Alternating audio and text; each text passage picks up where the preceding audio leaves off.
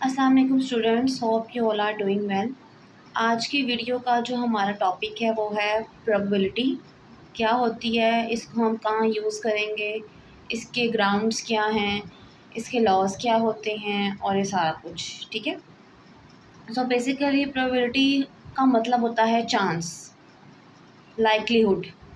Chances की basis पे जब आप एक अपना कंक्लूजन दे रहे होते हैं तो वो प्रोबेबिलिटी होती है। ठीक है। बेसिकली प्रोबेबिलिटी मतलब कि स्टैट्स और मैथ सबसे पहले एक ही ब्रांच थे। ठीक है। मैथमेटिक्स, स्टैट्स जो है वो मैथमेटिक्स का ही पार्ट था।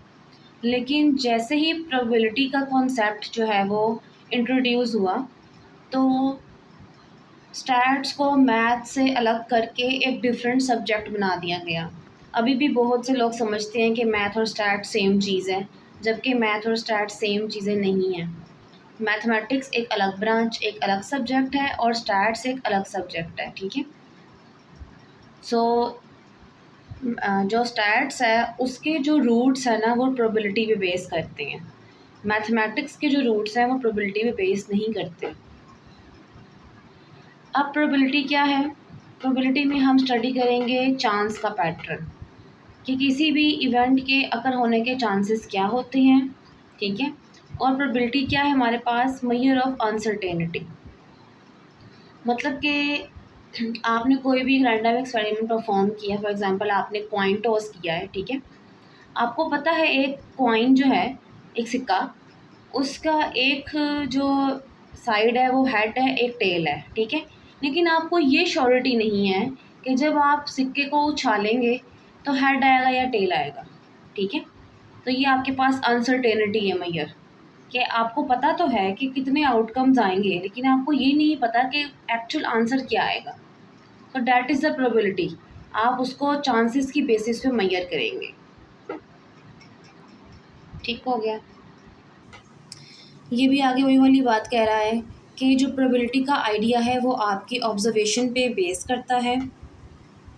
प्रोबेबिलिटी जो है वो डिस्क्राइब करती है कि कितने ट्रायल्स होंगे, कितनी दफ़ा वो हैपन होगा और सारा कुछ है। ठीक है। फॉर एग्ज़ाम्पल वही एग्ज़ाम्पल बताइए कि एक कॉइन है। ठीक है। उसने, अब ज़ाहिर बात है जब आप कॉइन हवा में उछालेंगे फिर वो ज़मीन पे गिरेगा या कहीं भी आप उसको जो है वो लैंडिंग तो उसने करनी है। तो अगर तो हेड आ गया जो आपके पास ऊपर वाली साइड है, इट मीन्स वो 50% चांस थे कि हेड आएगा, 50% चांस थे कि टेल आएगा। ठीक है। This is because coin has two side, there is 50% chance as coin में भी कोई वाली बात है जो अभी पहले भी एक्सप्लेन की है। हमें पता है कि दो आउटकम्स होंगे और हमें ये भी पता है कि 50% ही चांस है कि हेड आएगा, 50% ही चांस है कि हमारे पास टेल आएगा। लेकिन अगर आपने कॉइन उछाला और हेड आ गया तो इट मीन्स मतलब कि आपका आपका अब आपको श्योरिटी हो गई है, लेकिन पहले आपको श्योरिटी नहीं थी। ठीक हो गया। ये है जी हमारे पास फॉर्मूला प्रोबेबिलिटी का क्या है कि नंबर ऑफ़ फेवरेबल आउटकम्स। जैसे कि हम पहले बात कर चुके हैं कॉइन की। ठीक है। एग्जांपल हमने ली है। अब या तो हेड आएगा या टेल आएगा। ठीक है। लेकिन आपका एक फेवरेबल आउटकम होता है। फॉर एग्जांपल पाकिस्तान इंडिया का मैच हो रहा है। ठीक है। और मैच से पहले हम कॉइन टॉस करते हैं कि हेड आएगा या टेल आएगा। अब पाकिस्तान ने कह दिया कि हेड। ठीक है। पाकिस्तान ने जो है वो हेड को चूज़ किया। इट मीन्स वो एक ऑप्शन, वो एक आउटकम जो उसने चूज़ की है पाकिस्तान के कैप्टन ने, हेड, वो उसका फेवरेबल आउटकम है। ठीक है। फेवरेबल आउटकम जिसमें आपका इंटरेस्ट होता है, डिवाइड करेंगे आप टोटल आउटकम पे तो आपके पास प्रोबेबिलिटी आ जाएगी आपके इवेंट की। अब एक एग्जांपल है, हमारे पास एक स्पिनर है। ठीक है। और आपने प्रोबेबिलिटी निकालनी है इवेंट की। The spinner is spinner was determine the probability of event. अब आपने किसी भी इवेंट की प्रोबेबिलिटी निकाल लेनी है जो भी आपका अच्छा लग रहा है। ठीक है। सोल्यूशन कैसे करना है इसका? हमें प्रोबेबिलिटी का फॉर्मूला पता है कि फेवरेबल आउटकम्स। ठीक है। अब ज़ाहिर बात है आप किसी एक फेवरेबल आउटकम में ही जो है वो इंटरेस्टेड होंगे। स्पिन करेंगे तो एक ही आउटकम आएगा। ये जो एरो है वो अगर बीच में आ भी जाए तो हम उसको, उस सिचुएशन को हम नहीं मानते।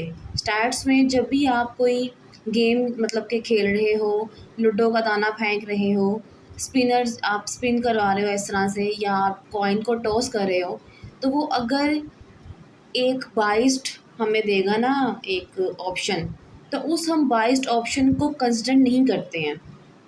जैसे जी हम कहते हैं सिक्का हमने उछाला और वो बीच में खड़ा हो गया, ठीक है ना? तो जो बीच में खड़ा होने वाली सिचुएशन है ना, वो हम स्टैट्स में नहीं मानते। हम कहते हैं जी या तो हेड है या टेल है, बीच वाला कुछ नहीं है। सिमिलरली अगर ये एरो जो है वो एरो के ऊपर एक ही जो है वो आपके पास सेक्शन आना चाहिए। अगर बीच में एरो आ गया तो वो आप सिचुएशन को कंसिडर नहीं करेंगे, आप दोबारा से स्पिन करेंगे, ठीक है? नंबर ऑफ टोटल आउटकम्स क्या है? 10। देखो इस स्पिनर के अंदर मैक्सिमम पॉइंट्स 10 है, ठीक है? और आपने किसी एरो ने जो है वो किसी एक ही सेक्शन के अंदर लाई करना है, तो ऊपर आ गया 1, नीचे आ गया 10, आपने डिवाइड किया तो 0.1 आ गई प्रोबेबिलिटी। मतलब कि किसी भी इवेंट के यहाँ पे अकर होने के चांसेस जो हैं वो 0.1 है। अब बेसिक कॉन्सेप्ट्स क्या है? एक होता है एक्सपेरिमेंट, एक होता है रैंडम एक्सपेरिमेंट। एक्सपेरिमेंट क्या होता है? जो आप लैब में करते हैं। फॉर एग्ज़ाम्पल केमिस्ट्री की एक लैब है, ठीक है? और उसमें आपने जो है वो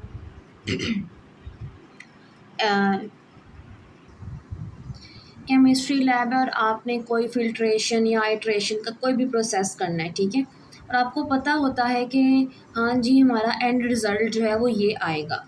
बट रैंडम एक्सपेरिमेंट क्या होता है? रैंडम एक्सपेरिमेंट में आप आउटकम को पहले से ही जो है वो प्रिडिक्ट नहीं कर सकते हो, ठीक है? और वहाँ पे more than one outcome produce होते हैं रैंडम एक्सपेरिमेंट में। जैसे कि मैंने आपको पहले बताया है कि आपने टॉस करना है कॉइन को, ठीक है? अब आप फाइनल आउटकम क्या आएगा आप नहीं बता सकते पहले से कि हेड ही आएगा या टेल ही आएगा।